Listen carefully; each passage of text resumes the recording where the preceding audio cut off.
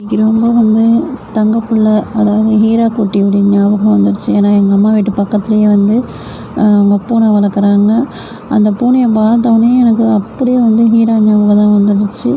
அதாவது தங்கப்புள்ள ஞாபகம். அந்த பூனையுடைய பேர் புஜ்ஜிமாவா. அதுவும் ஃபீமேல் தான். அதுக்கு மணி, அப்புறம் பெல்ட்டு, அதுக்கப்புறம் கயிறுலாம் போட்டு கட்டி வச்சுருந்தாங்க. போனோடனே அலைக்க அப்படியே தூக்கிட்டேன். எதுவுமே யோசிக்கலை. தூக்கி அதட்ட பேசிக்கிட்டு இருந்தேன். நல்லா ரியாக்ஷன் கொடுத்துக்கிட்டே இருந்துச்சு நான் பேசுகிறதுக்கு. இது மாதிரி வாலையும் ஆட்டிக்கிட்டே இருந்துச்சு.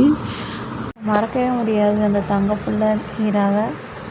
நான் தனியாக இருக்கிற மாதிரி தான் ஃபீலாக இருக்குது. அது இருக்கிற வரைக்கும் எனக்கு அந்த ஃபீலே இல்லாமல் இருந்தேன். நான் வீட்டுக்குள்ளே நுழையிறதுக்குள்ளே என் மகளை கூட்டிகிட்டு வரும்போது முன்னாடி அவங்க தான் வீட்டுக்குள்ளே வருவாங்க. அதுவும் வெள்ளிக்கிழமைனா வீடை துடைக்கிறதுக்குள்ளே பெரும்பாடாயிடும். அவங்க ஞாபகம் தான் வந்துச்சு. அப்புறம் அத்தை ஊர்லேருந்து எங்களுக்கு வளையல் வாங்கிட்டு வந்தாங்க. ஆனால் அவங்களே பத்தலை.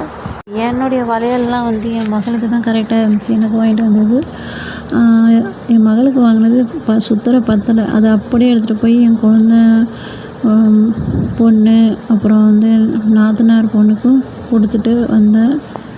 காசை வேஸ்ட்டு பண்ணாமல் வைங்கன்னு சொன்னால் கேட்காம வாங்கியிருக்காங்க. இந்த வயசுலேயும் அவங்க சம்பாரித்து சாப்பிட்ணுன்னு நினைக்கிறாங்க. அதாவது எங்கள் அத்தாவுக்கு 80 வயசு.